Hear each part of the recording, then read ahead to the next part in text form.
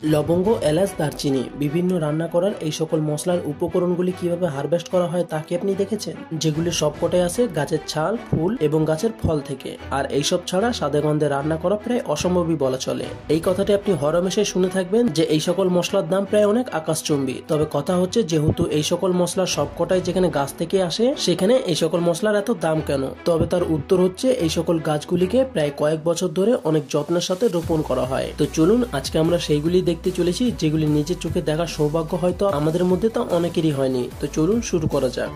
দারচিনি রান্নার কাজে এই মশলা কিন্তু অনেক বেশি ব্যবহৃত হয়। আর এটা আমাদের মধ্যে হয়তো অনেকেই জানেন যে এই দারচিনি কোনো গাছের ছাল বা বাকল। তবে এটা কোন গাছের ছাল এটা হয়তো তা অনেকেই জানেন না। আসলে এই গাছগুলি দক্ষিণ ভারত আর শ্রীলঙ্কায় দেখা মেলে, আর এর দামও অনেক। তাই তো এই সকল গাছ চাষ করার জন্য অনেক মানুষ ঝুঁকে পড়ে। তবে কথা হচ্ছে, এই চাষ কিন্তু মোটেও সহজ কাজ নয়, কারণ এর পেছনে অনেক পরিশ্রম এবং সময় দিতে হয়। গাছ যখন বড় হতে শুরু করে তখন গাছগুলিকে আরো ভালোভাবে শক্ত এবং সোজা হওয়ার জন্য গাছগুলিকে বেঁধে দেওয়া হয়, যাতে গাছগুলি ভালোভাবে পরিপক্ক হয়ে ওঠে। এরপর সেগুলিকে কেটে ছোট টুকরো করে সংগ্রহ করা হয়। এরপর গাছের টুকরোর উপরের বাদামি অংশ ডাল থেকে আলাদা করা হয়। তবে এই কাজগুলি করার জন্য কিন্তু কোনো মেশিনের প্রয়োজন পড়ে না, বরং চাষিরা তাদের নিজ হাতে এই সকল কাজ করে থাকে। যাই হোক, এরপর উপরের আস্তরণ ছাড়ানোর পর গাছের ডাল থেকে ছাল আলাদা করা হয়, আর তারপরই সেগুলিকে রোদে শুকিয়ে ফ্যাক্টরিতে পাঠানো হয়। আর এরপর থেকে ফ্যাক্টরির কাজ শুরু হয়। প্রথমত ফ্যাক্টরিতে আসা মাত্রই সেই ভালো কোয়ালিটির দারচিনি প্রথমে আলাদা করে প্যাকেটজাত করা হয়, আর তারপর অবশিষ্ট দারচিনি কিছুটা আলাদা দামে এবং কিছু দারচিনি গুঁড়ো করে ফেলা হয়, যা আপনি বাজারে কম মূল্যে তা কিনতে পারবেন। এলাচ। এলাচের ব্যবহার কম বেশি আমরা সবাই জানি, কেননা খাবারের সুগন্ধি বাড়িয়ে তুলতে প্রথমত আমরা সবাই এলাচকে বেছে নিই। কিন্তু এই এলাচের চাষ এবং তা বাজার পর্যন্ত কিভাবে পৌঁছায় তা জানাটা হয়তো আমাদের অনেকেরই অজানা। এলাচ কোনো বীজ নয়, এটা এক ধরনের ফল। এই গাছগুলি কিছুটা এইরকম হয়, আর ফলগুলি সাধারণ খেজুরের চাইতে কিছুটা ছোট। বাজারে এই ফলগুলো অনেক বেশি মূল্যে দামে বিক্রি করা হয়, কারণ এই গাছের চাষ অনেক কঠিন।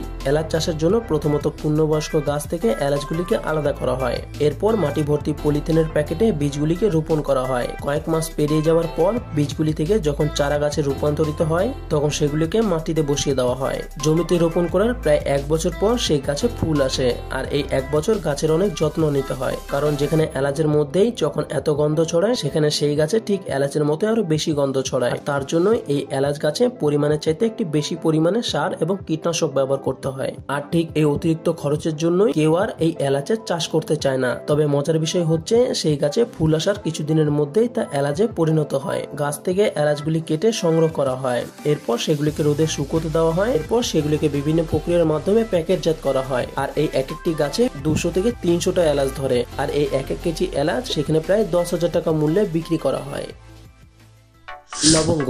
লবঙ্গ গাছ দেখতে কিছুটা লিচু গাছের মতো, আর এর ফুলগুলো বেশ সুন্দর। তবে কিছুদিনের মধ্যে সেই ফুলগুলোই লবঙ্গে বদলে যায়। ফুলগুলি বড় হওয়ার সাথে সাথে সেগুলিকে ভেঙে রোদে শুকোতে দেওয়া হয়। তাই এই প্রক্রিয়ায় খুব বেশি পরিশ্রমের প্রয়োজন পড়ে না। লবঙ্গ যেখানে বিভিন্ন রান্নার কাজে ব্যবহার করা হয়, তার পাশাপাশি এর কিন্তু অনেক উপকার দিকও রয়েছে। দাঁতে ব্যথা এবং গাল ক্ষয়ের জন্য লবঙ্গ ব্যবহার করা হয়। তাছাড়া এ দিয়ে বেশ কিছু ওষুধও বানানো হয়। ল্যাবে পরীক্ষা নিরীক্ষা করার পর এটা দিয়ে অনেক মেডিসিনও তৈরি করা হয়। তাহলে বুঝতে পারছেন এই মশলা কতটা উপকারী। গোলমরিচ। মজার বিষয় হচ্ছে, গোলমরিচের গাছ আপনি আপনার নিজের বাড়িতেই লাগাতে পারবেন। তবে এই গাছ লতানো জাতীয় হওয়ায় এই গাছকে বেড়ে ওঠার জন্য আপনার বাড়ির অন্য কোনো বড় গাছ বা অন্য কোনো উঁচু জায়গার প্রয়োজন পড়বে। এই গাছ বড় হওয়ার পর এমন ছোট আকৃতির ফল ধরে, যা কাঁচা অবস্থায় সবুজ এবং পেকে যাওয়ার পর তা লাল বর্ণের হয়ে ওঠে। আর তারপর সেগুলিকে গাছ থেকে ভেঙে রোদে শুকোতে দেওয়া হয়, আর এইভাবেই তৈরি হয় গোলমরিচ।